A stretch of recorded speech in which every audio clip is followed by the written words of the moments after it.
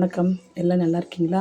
நான் உங்கள் ஜெய் சாந்தி கிச்சன்ஸ்லேருந்து உங்களுக்கு இந்த பருப்பு வச்சுட்டு ஒரு சிம்பிள் ரெசிபி பண்ணி காமிக்கிறேன். ஈஸியாக முடியும். காலையில் லஞ்சுக்கு ப்ரிப்பேர் பண்ணுறதுக்கு ஈஸியாக முடியும் உங்களுக்கு. சரிங்களா? நான் ஒரு 50 கிராம் பருப்பு எடுத்து நல்லா ஊற வச்சுருக்கேன். ஒரு 20 மினிட்ஸ் ஊற வச்சுருக்கேன். சரிங்களா? ஏன்னா பருப்பு ஊறினா தான் நம்மளுக்கு சீக்கிரம் வெந்துடும். சரிங்களா? அதனால் நான் பருப்பு ஊற வச்சுட்டேன். இப்போ நான் அதில்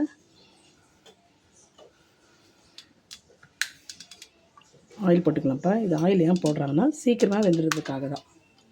சீக்கிரம் நல்லா மலர்ந்து வெந்துடும், அதுக்காக தான் ஆயில் போடுறது. சரிங்களா? இப்போ மஞ்சள்தூள் ஒரு 1/2 ஸ்பூன் போட்டுக்கலாம். கொத்தமல்லி போட்டுக்கலாம்ப்பா அதுலேயே. இப்போ தக்காளி வந்துட்டு ஒரு 3 தக்காளி அரிஞ்சு வச்சுருக்கேன். ஒரு 3 பச்சை மிளகா அதை அதிலே போட்டுக்கலாம். இதில் சாம்பார் பொடி ஒரு ஸ்பூன் போட்டுக்கனா முடிஞ்சிச்சு. அவ்வளோதான். தக்காளி பருப்பு கடலைன்னு ஆகிடும். தக்காளி பருப்பு சீக்கிரமாக முடிஞ்சிடும். சரிங்களா?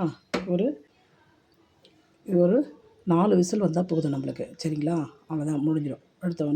உடனே நம்ம தாளிச்சிடலாம். அவ்வளோதான், முடிஞ்சு போச்சுங்களா? இப்போ ஒரு 4 விசில் வரட்டும், நான் உங்களுக்கு காமிக்கிறேன். அவ்வளோதான்ப்பா, 4 விசில் வந்துடுச்சு. 2 ஹையில் வச்சேன், 2 சிம்மில் வச்சேன். சரிங்களா? 4 விசில் போதும். இது வந்துட்டு அப்படியே ஒரு 5 நிமிஷம் இருக்கட்டும், சிலுத்துடும். அப்புறம் நம்ம தாளிச்சிக்கலாம். அவ்வளோதான். பாருங்கப்பா, இப்போ ஓப்பன் பண்ணலாம். நம்ம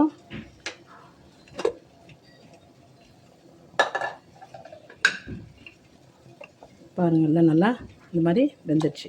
சரிங்களா? இப்போ நம்ம மத்து போட்டு கடைஞ்சிட்டு தாளிச்சிக்கலாம். சரிங்களா? நான் கடைஞ்சிட்டு தாளிக்க காமிக்கிறேன் உங்களுக்கு. வாங்கப்பா, இப்போ பருப்பு தாளிச்சிக்கலாம். கடுகு வடுகம் வச்சுருக்கேன்ப்பா நான்.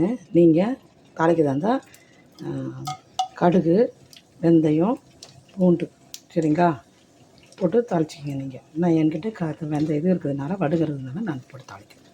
சரிங்களாப்பா?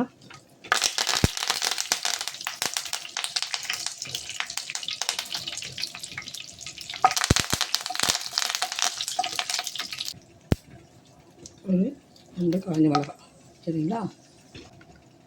கொஞ்சம் சாம்பார் பொடி போட்டுருந்தீங்கன்னா நல்லா மணமாக இருக்கும் பருப்பு. சரிங்களா? அவ்வளோதான். அப்படி போட்டு தாளிச்சிக்கணும்.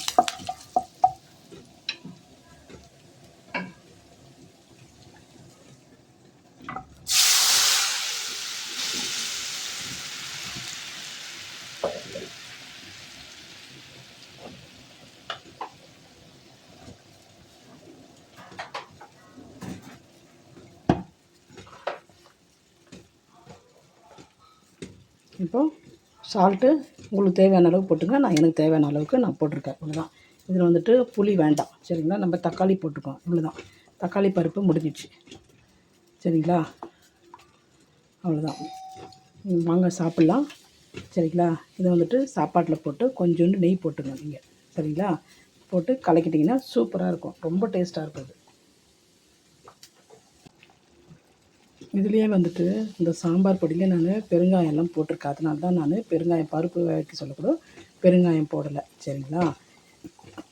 அதில் வடுகத்தில் பூண்டு இருக்குது. நீங்கள் காஞ்ச மிளகா, பூண்டு போட்டு கடுகு, உளுத்தம்பருப்பு, வெந்தயம், சரிங்களா, போட்டு தாளிச்சிட்டு அதில் கொஞ்சம் சீரகம் கூட போட்டு தாளிச்சிக்கலாம். என் வடுகத்தில் எல்லாமே இருக்கிறதுனால நான் அதை மட்டும் போட்டிருக்கேன். சரிங்களா?